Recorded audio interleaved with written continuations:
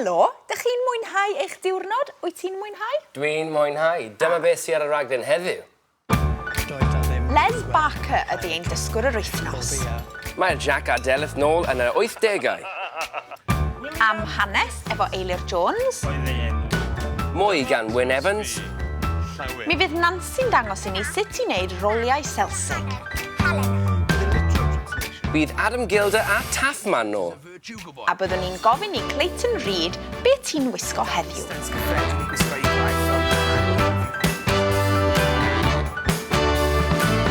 Wel, mae'n amser i ni fynd nôl i'r 80au rwan, ac mae Jack wedi mynd am bryd o fwyd efo Delith. O, ble mae Wendy?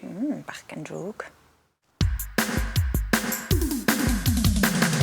Cymraeg. Treiglad meddal. Treiglad trwynol.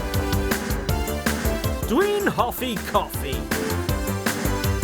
Llanfa'r pwll gwyngyll go ger chwyndrobl Llantysilio go go go. Dysgu'r iaith yn 87.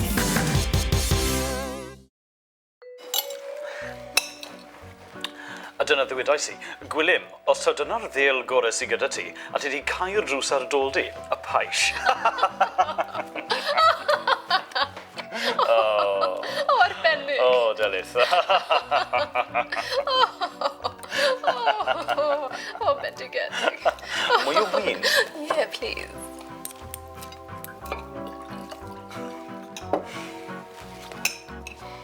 Mae e'n dwym fan hyn.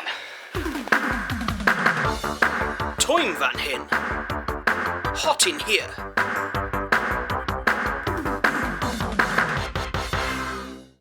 Mae hwnna'n atgoffa fi. Naeth menyw ddod mewn i'r siop fasiynau menwod heddiw. Ie. Gofyn am fag. Yr un hyn stori. Felly nes i ddangos ein cyfres o fagu a llaw. O. A bag plastig oedd i eisiau. Am ddim. O, o'n i'n chwerthin am oriau. Dewis o fagiau llaw. A range of handbags. Gandardog, Bagiau. Popeth yn iawn, sir. Ydy, ni mond yn chwerthin ar ben bagiau.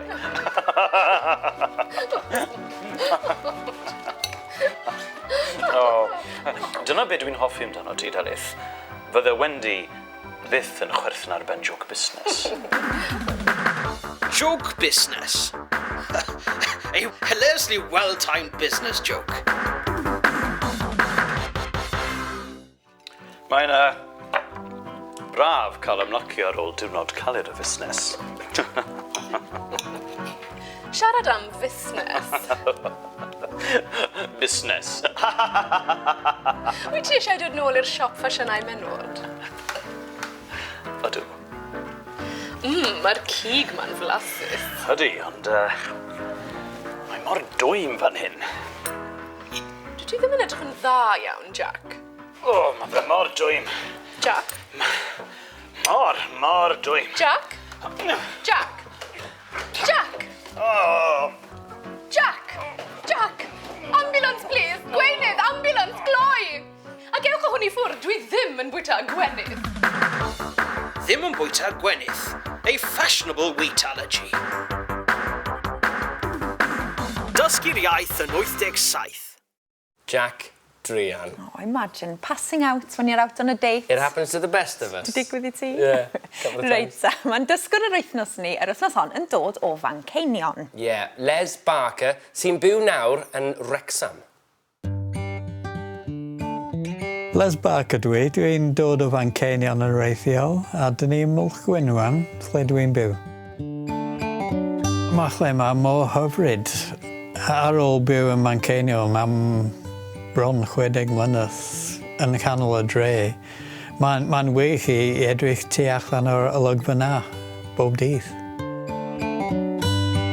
Dwi'n treulio oriau yn y gilfan yn Mwlch Gwyn yn tynnu lluniau a machlud hael. Dechreuais I dysgu Cymraeg tua 6 mlynedd yn ôl.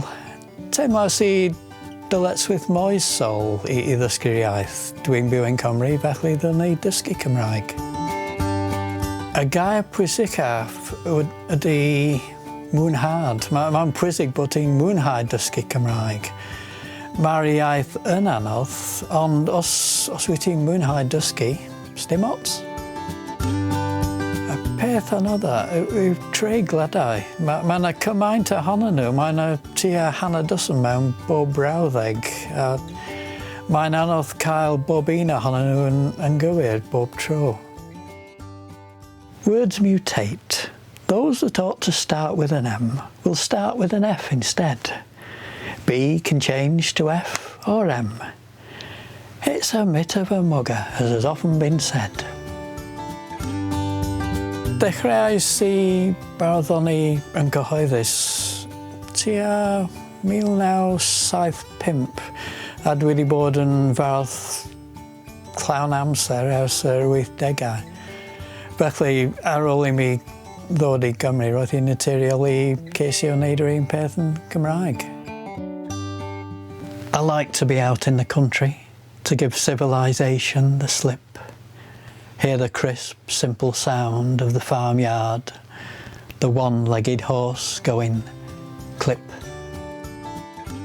Dwi'n hoffi'r cefn gwlad. Does na ddim byd gwech na chael cip o fiarth neu sgubor ac yn clywed y ceffil un coes yn mynd clip. Dechreuais I barddoni wrth cyfieithu fy ngherddi Saesneg fy hun. A mae rhai ohonyn nhw'n gweithio. Os mae'r syniad yn rhywbeth fel llun, dwi'n gallu ysgrifennu yr un peth yn Cymraeg ac yn Saesneg. I ramble the highways, the byways. I live the free life of the rover. I hear the reassuring thud of the one-legged horse falling over.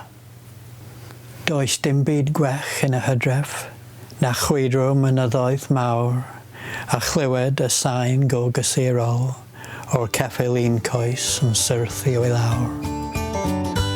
Dwi wedi dechrau ysgrifennu pethau dim ond yn Cymraeg erbyn hyn. Ar ôl dechrau cangynneddu, does na ddim ffordd I cyfieithu pethau o Saesneg. Daeth ei dysgwyr i'r gochwyl, yn ddi cynghanedd i'r hwyl, I gafn'r iaith I ganfod yr amser presennol bod. Rho mawl i'r hawl I holi. Lle ydych chi'n byw? Pwy ydych chi? Yn tywys at y tywydd, dydd ar ôl dydd ar ôl dydd. Dysgu, anghofio, dysgu. Yn ymyl cymyl a di. Glawi a geria fel law. Mi ddaw, Mrs Jones. Mi ddaw. Dros y blynyddoedd, dwi wedi cyhoeddi 79 o lyfrau bach yn Saesneg a dwi wedi dechrau wneud yr un peth yn Cymraeg rwan. Dim ond 4 ohonyn nhw yn Cymraeg ar hyn o bryd.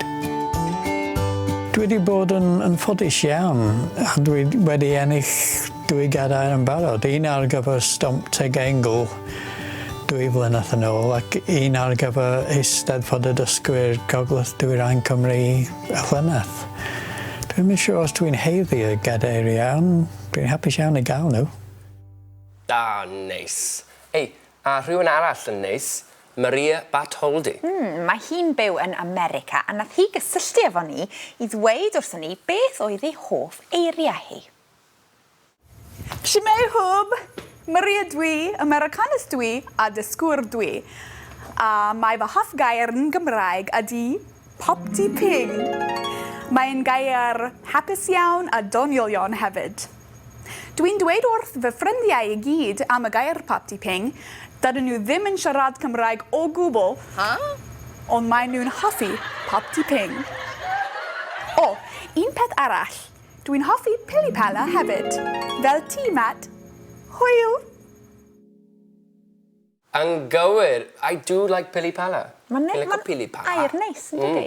Ond fi'n fy hoff gair yn ffrocnedd ar newyddiadurwr. Ha! Boom.